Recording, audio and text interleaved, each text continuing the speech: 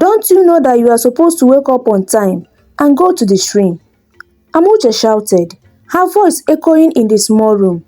"Or do you expect me to do that for you?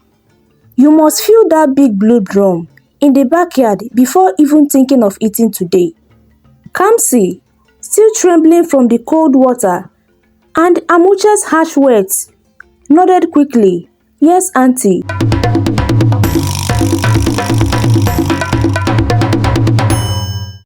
Once upon a time, in a quiet and remote town in Abia, there lived a young girl named Kamy. Kamy was just 11 years old and she was in primary 5. She was the only child of her late parent and her life had been filled with sorrow. Her mother had passed away right after giving birth to her, leaving her father to take care of her. For a few years, her father did his best to raise Kamy, but sadness never left their home. Eventually, her father also joined her late mother, leaving Kamy all alone in this world. The day of her father's burial was the saddest day of Kamy's life. She cried so much that it felt like the world was ending. The sound of her cries echoed through the quiet village as she clung to her father's grave, her tiny hands trembling. She didn't know how to survive without a mother or a father. As she stood by the grave, surrounded by the villagers, the reality of being alone sank deep inside her heart. She had no one left to hold her hands or wipe away her tears. After the burial, as the villagers returned to their daily lives, Kamy was left with a deep emptiness. But soon, the whispers began. They grew louder with each passing day until they reached Kamy's ear. The villagers began to say cruel things about Kamy, things that made her heart ache even more. They called her a cursed child, saying her existence had brought untimely death to her parents. "Other children brings luck to their parents," they would say. But Kamy is different. She is evil. These words hurt Kamy deeply, and she felt more alone than ever. A few days after her father's burial, when most of the mourners had left and the house was quiet, a woman named Amuchi came to visit Kamy. Amuchi was a friend of Kamy's late mother, and she lived in a neighboring village. Amuchi had a small foodstuff shop on her street, and she was a hard-working businesswoman. She was married to a man named Uzonna, who was into building and construction work. Uzonna was always busy, traveling from one town to another for his project. Despite his busy schedule, Uzonna had a kind heart and believed in helping others whenever he could. When Amuchi arrived, she found Kamy sitting on the front step of their house, staring blankly at the empty street. Her eyes were red and puffy from crying, and her small frame seemed even smaller in the oversized clothes she wore. "Kamy, my dear," Amuchi said gently as she approached to the little girl. "It's not safe for you to stay here all by yourself." Kamy looked up at Amuchi with a tearful eyes. "But where do you want me to go, auntie? This is my home." Amuchi sat beside her and took her hands, trying her best to sound sincere. "You can come and stay with me, Kamy. I will take good care of you like my own child. It's too risky for you to stay alone in this big house. The nights are long and dark, and you need someone to look after you." But deep inside, Amuchi had a different thought. She wasn't offering her home out of pure kindness. She had always felt envious of Kamy's mother, and now saw this as an opportunity to repay old grudges. Bringing Kamy into her home would allow her to control the girl's life, and she could make sure Kamy knew her place. Uzonna, her husband, had always been against the idea of bringing in someone's child, but Amuchi had managed to convince him by promising that it was only temporal. Kamy hesitated for a moment, her mind racing with thoughts of her parents and the home she was about to leave behind. "What about my school, auntie?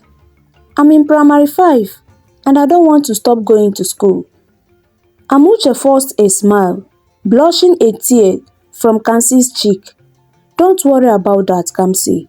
I will enroll you in another school close to my house. You will continue your education and you won't be alone anymore." The thought of having someone to stay with, someone who cared about her, made Kamy feel a little better. She didn't want to leave the only home she had ever known. But she knew deep down that she couldn't stay there by herself. "Okay, auntie," Kamy finally said, her voice trembling, "I will come with you." Amuchi wrapped her arms around Kamy and hugged her tightly, though her heart was not as warm as she embraced. "You are a brave girl, Kamy. Everything will be alright, I promise." Later that day, with a heavy heart, Kamy packed her few belongings into a small bag. She carefully folded her clothes and placed them on the bag, along with a few cherished items that reminded her of her parents. She took one last look at her empty house, the place that held so many memories of her parents. And then she followed Amuchi to her home in the neighboring village. The walk was quiet, with Kamy's small feet shuffling along the dirty road. And her heart felt heavy, but knowing she had a place to stay and someone who cared for her gave her a small sense of comfort. When they arrived at Amuchi's house, Kamy was welcomed by Amuchi's 2 children, Chibuike and Nelo. At first, they were friendly and kind, making Kamy feel welcome. Chibuike showed her around the house, while Nelo held her hand and smiled warmly at her. "This is your new home now, Kamy," Amuchi said, smiling as she showed Kamy to her room. "You will be safe here and we will take care of you." Kamy looked around the small but cozy house and nodded.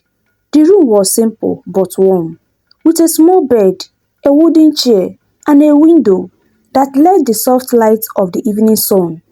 She was still sad, but for the first time in days, she felt a glimmer of hope. Maybe, just maybe, things would get better. But as time went on, Amuchi's true nature began to show. She would find reasons to scold Kamy over a little things, and she subtly encouraged her children to treat Kamy as an outsider. Chibuike and Nelo, who had been friendly at first, started to become distant, often whispering and giggling among themselves whenever Kamy was around.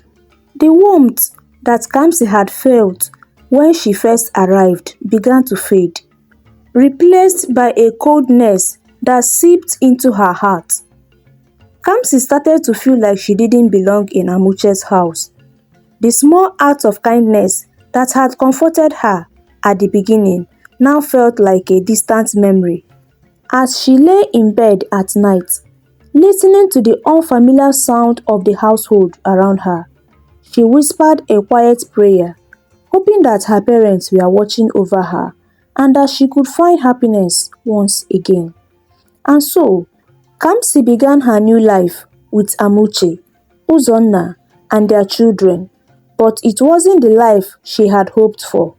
Instead of the comfort and the care she needed, she found herself in a place where she was made to feel like a burden, an outsider in a house that's supposed to be her new home.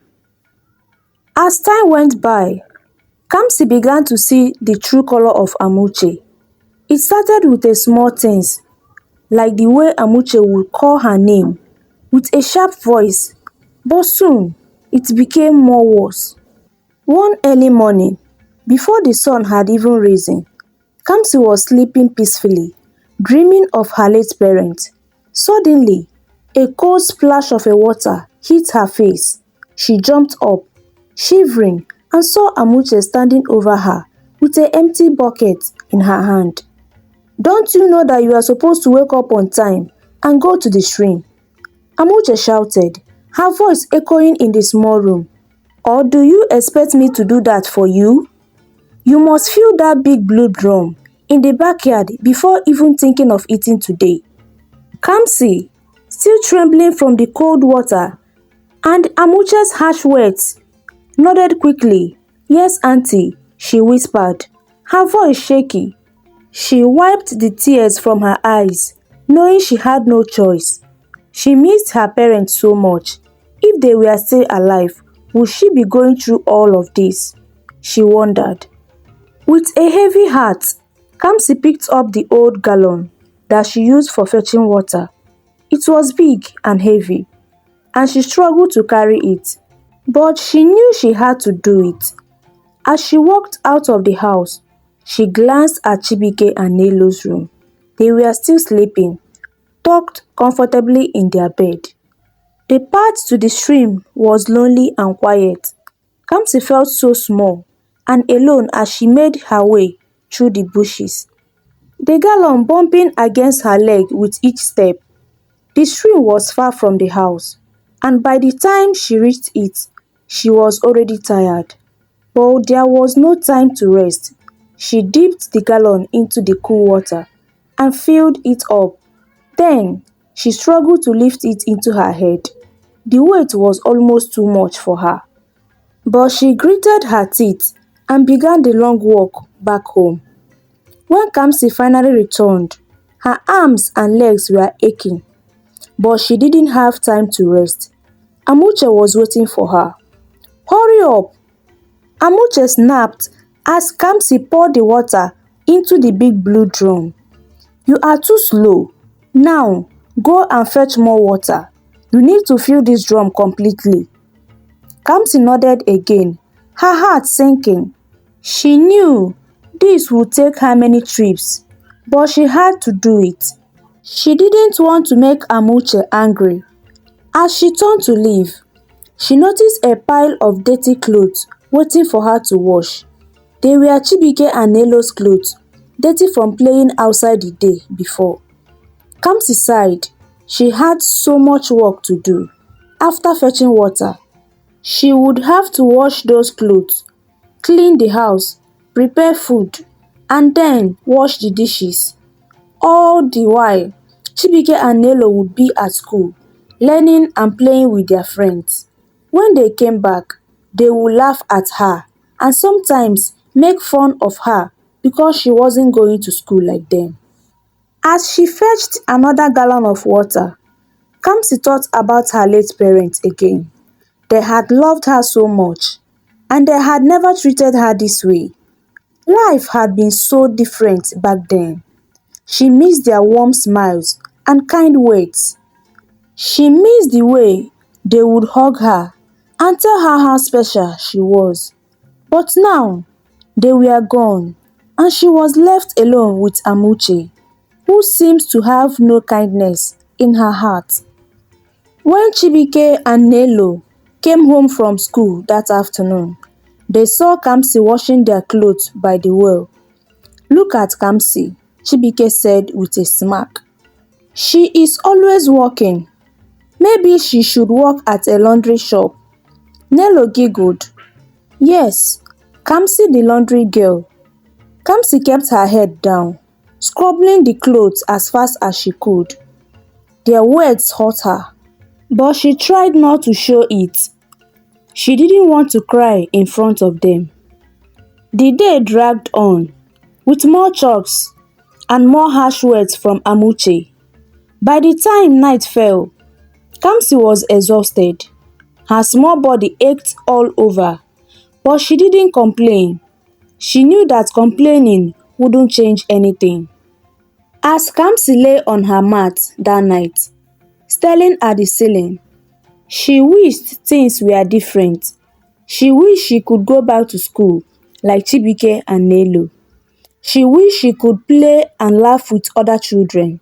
But most of all, she wished she could see her parents again, even if it's just for a moment. With tears in her eyes, Kamsi closed them and hoped that tomorrow would be better. But deep down, she knew that as long as she lived with Amuchi, her life would always be full of hard work and sadness. One bright morning, as the sun rose and Chibike and Nelo were getting ready to leave for school, Kamsi quietly approached Amuchi, her heart pounding with hope. She had been thinking about school for a long time, and today she finally gathered the courage to ask. "Auntie Amuchi," Kamsi began, her voice soft and a bit shaky. "When will I start school? You promised to enroll me in the school around here." For a moment, there was silence. Then, Amuche looked at Kamsi with a cold stare, and suddenly, she burst into laughter.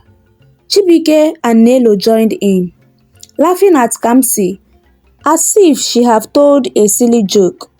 "School?" Amuche sneered, her voice turning harsh. "You, Kamsi, want to go to school? Get inside and start the chores you are supposed to do. Useless girl. Go and tell your stupid late parents to put you in school." Kamsi's heart sank as she listened to Amuche's cruel words. "But auntie, you promised me," she began, her eyes filled with tears. "Shut up!" Amuche snapped, her voice louder and meaner.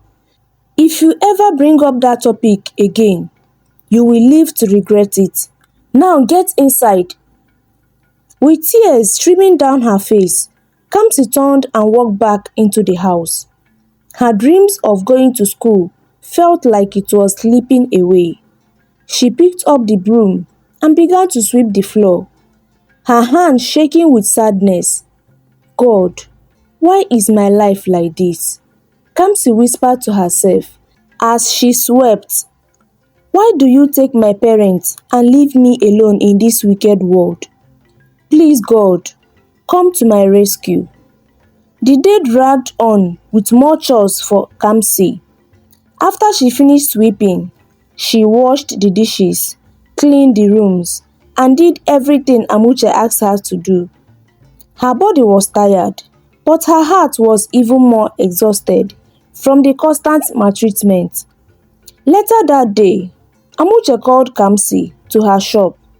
"Here," Amuche said, handing Kamsi a large tray filled with vegetables. "Take this and go and hawk in the street. Don't come back until you have sold everything." Kamsi looked at the heavy tray and then at Amuche. "But auntie, I haven't eaten anything today," she said softly, hoping Amuche would show her some kindness. "Did I ask you about food?" Amuche snapped. "Just go and do what I say." With a heavy heart and an empty stomach, Kamsi lifted the tray onto her head and began walking down the street, calling out to passerby to buy the vegetables. She felt weak and hungry, but she knew she couldn't stop until everything was sold. Her voice was tired, her feet ached as she walked up and down the street. As the sun began to set, Kamsi was still hawking when she heard a familiar voice calling out to her. It was Uzonna, Amuche's husband, who was returning home after a long stressful day at work. He saw Kamsi struggling with the heavy tray and waved her over. "Kamsi," Uzonna said kindly, "my wife asked you to do this, right?" Kamsi nodded, her eyes filled with sadness. "Yes, sir," she replied. Uzonna looked at the small girl in front of him and felt a pang of guilt. He had been away, working so much, that he hadn't noticed how badly Kamy was being treated. "Don't worry, Kamy," Uzonna said gently. "I will handle this myself. I am sorry for the stress she's making you pass through. Everything will be alright." That night, after dinner, Uzonna and Amuchi were in the bed, ready to sleep, but Uzonna couldn't rest. He turned to his wife and asked, "Amuchi, why do you choose to make Kamy's life so difficult? If you knew you wouldn't have been nice to her, why then did you bring this innocent girl into our home, only to maltreat her for no good reasons?" Amuchi remained silent, avoiding her husband's gaze. Uzonna continued, his voice firm and serious. "Listen to me, Amuchi. Don't ever send that girl to the street to hawk again. If you try it again, you will see the other side of me that you have never experienced before." Amuchi looked at her husband, surprised by her stained tone. She had never seen him this serious. "Alright," she muttered, turning away. Uzonna sighed and lay back down, hoping that his word has gotten through her. As he closed his eyes, he prayed silently for Kamy, wishing he could do more to protect her from the harshness and the maltreatment from his wife. The next day, Amuchi couldn't stop thinking about what her husband, Uzonna, had said to her. His words kept echoing in her mind, and the more she thought about them, the angrier she became. "My husband has never been this mean to me since we got married," Amuchi muttered to herself as she sat on the chair. "Wait a minute. This girl, Kamy, must really be a witch. She has bewitched my husband to support her. The next thing she will do is to try to take him away from me. God forbid. It will never happen under my roof." Determined to protect her home, Amuchi's face hardened as she decided to continue her harsh treatment on Kamy. She was convinced that Kamy was a threat, and she wasn't about to let a young girl ruin her marriage. "Kamy," Amuchi called out, her voice sharp and cold. Kamy hurried inside the room, her heart pounding. "Yes, Auntie Amuchi," she replied softly. "Have you finished arranging the rooms and the living room like I asked you?" Amuchi demanded, her eyes narrowing. Kamy shook her head quickly. "No, Auntie, but I will soon finish," she said, her voice trembling. "Well, do it quickly," Amuchi snapped. "And after that, go to the stream and fetch water. You must fill all the empty drums in the house. You lazy thing." "Witch." Kamy felt her heart sink at the harsh words. "Yes, Auntie," she whispered, turning to complete her chores. She knew better than to argue or show any emotion. That would only make things worse. As Kamy scrubbed the floors and fetched water from the stream, she could hear Chibike and Nelu laughing and playing inside the room. They never had to do any chores. While they enjoyed their day, Kamy worked from morning till night. Her small hands tired from the endless tasks. Her life was full of sorrow and pain, and she couldn't remember the last time she felt happy. A few weeks later, Uzonna had to travel to a neighboring town for work. As soon as he left, Amuchi's treatment on Kamy became even more cruel.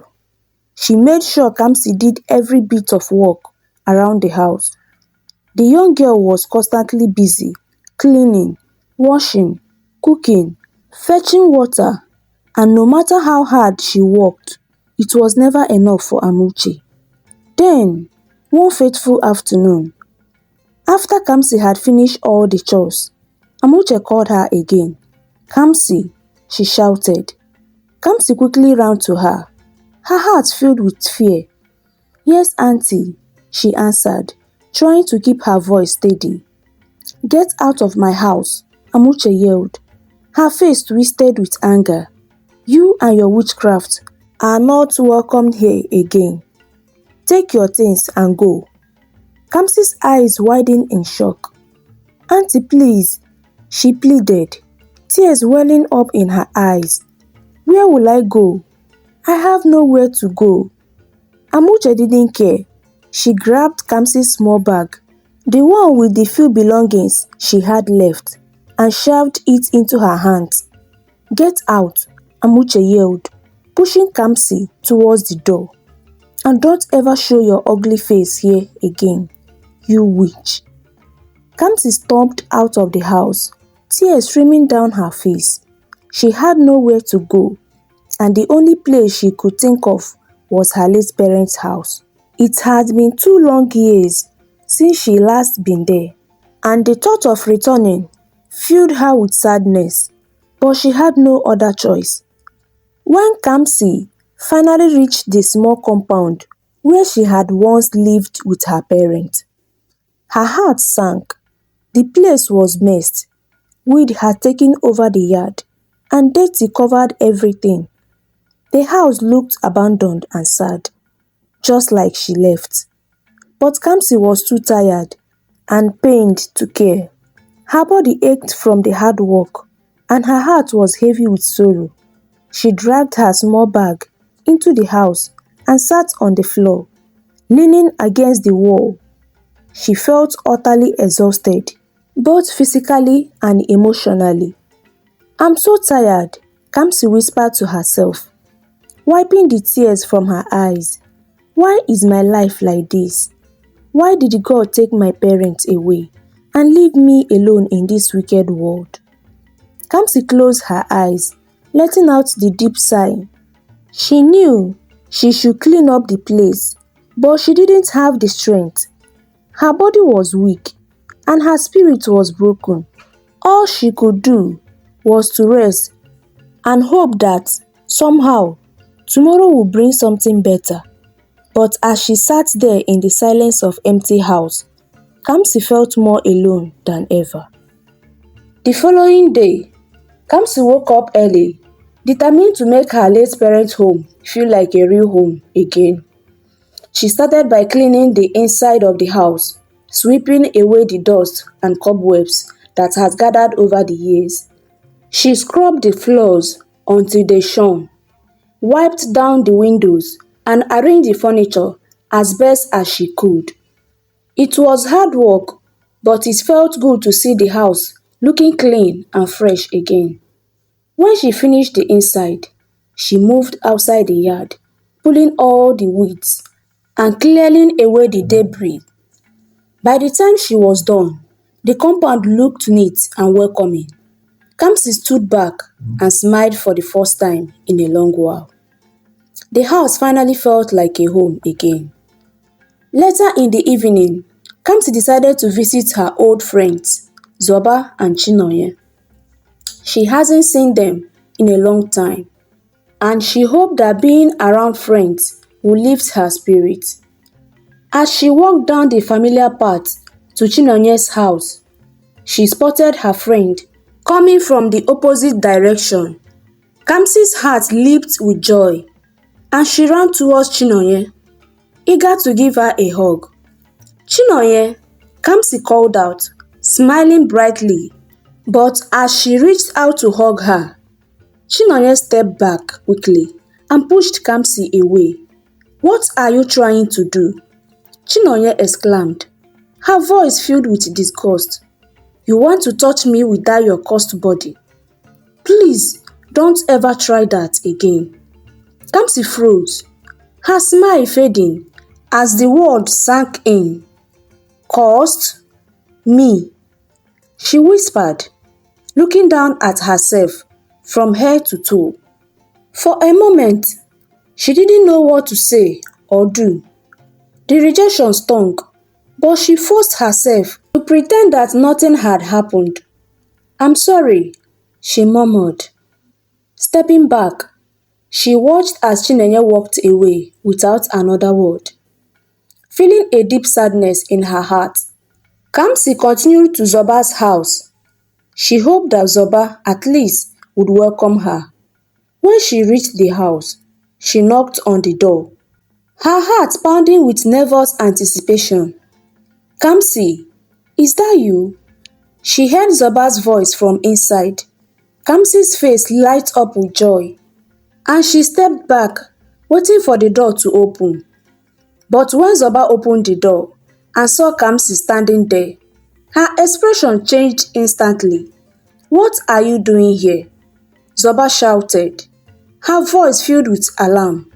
The sound of Zoba's shout attracted her mother, who came rushing to see what was going on. When she saw Kamsi standing at the door, her face twisted with anger.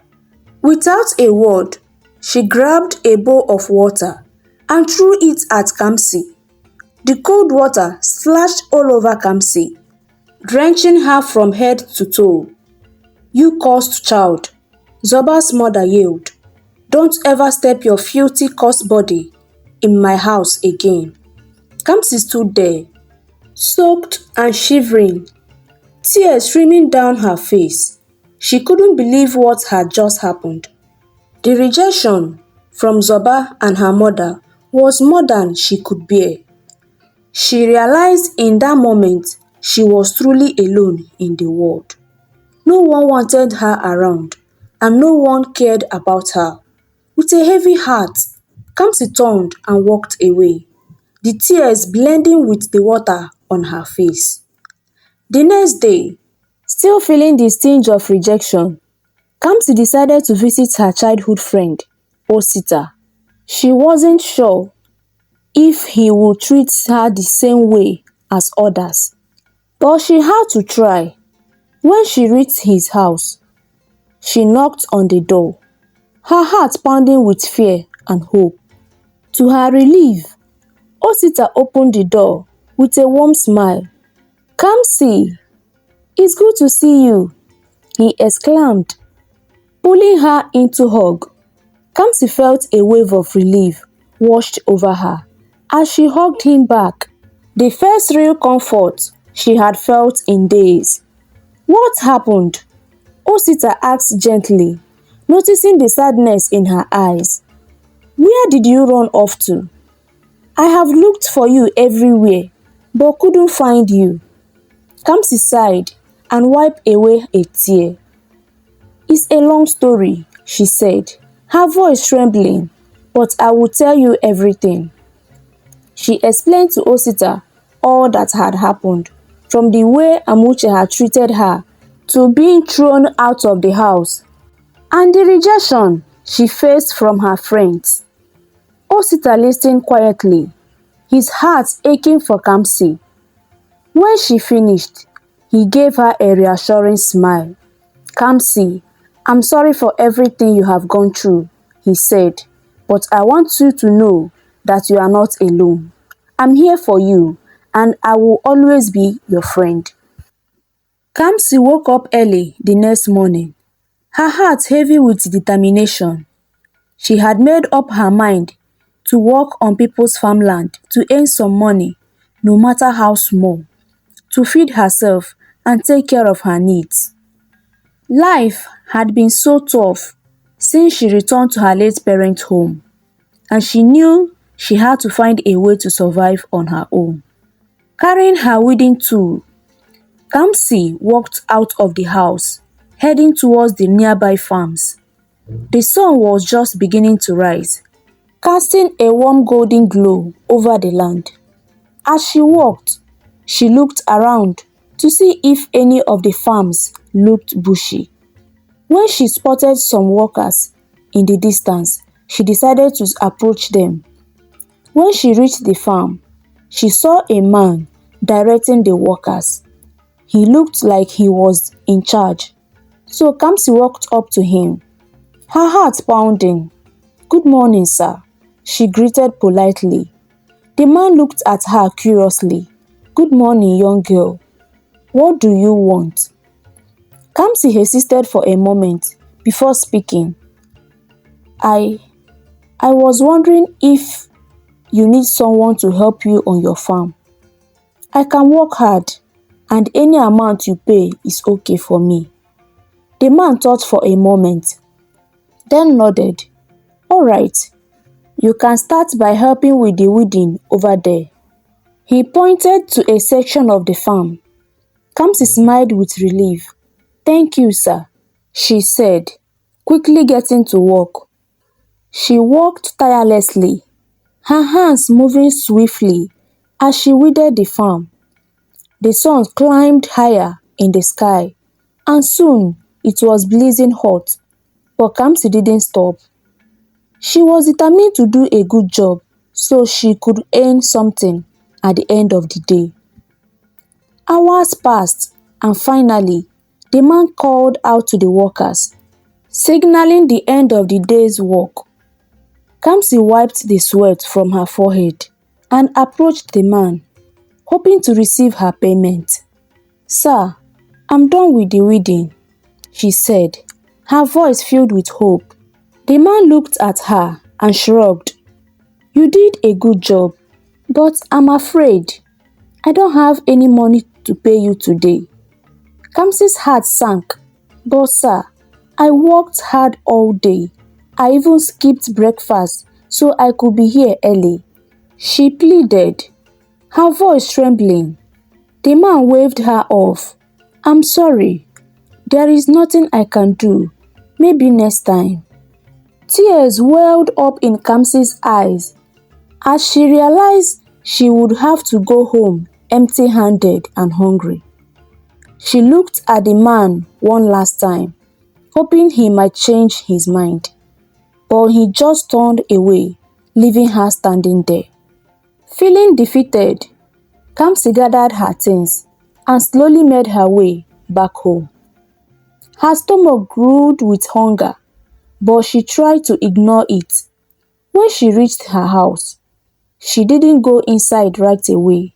Instead, she walked to the small gravesite where her parents were buried. She knelt down beside the graves, her tears finally spilling over. "Why did you leave me all alone to suffer like this?" she cried, her voice shaking with emotion. "I miss you both so much. I don't know how much longer I can do this."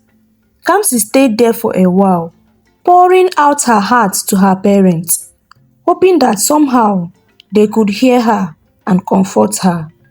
But the only response was the gentle rustling of the leaves in the breeze. As evening fell, Kamsi finally stood up and walked back to the house. She was surprised to see Osita, her childhood friend, waiting for her at the doorstep. He looked concerned when he saw her tear-stained face. "Kamsi, what's wrong?" Osita asked, stepping closer to her. Kamsi tried to smile, but she was weak. "It's nothing, Osita. I'm just tired." Osita wasn't convinced. "Tell me, what is going on?" he urged gently. Kamsi sighed and sat on the doorstep. "I worked on a farm today, but the man refused to pay me. I haven't eaten all day, and I just feel so hopeless." Osita frowned, his heart aching for his friend. "I'm so sorry, Kamsi, but don't worry, everything will be alright." He reached out into his small bag he was carrying and pulled out a wrapped parcel. "I brought you some food. Please eat."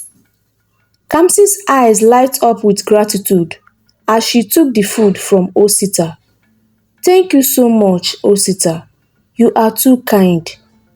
Osita smiled warmly. "You are my friend, Kamsi. I can't let you suffer alone."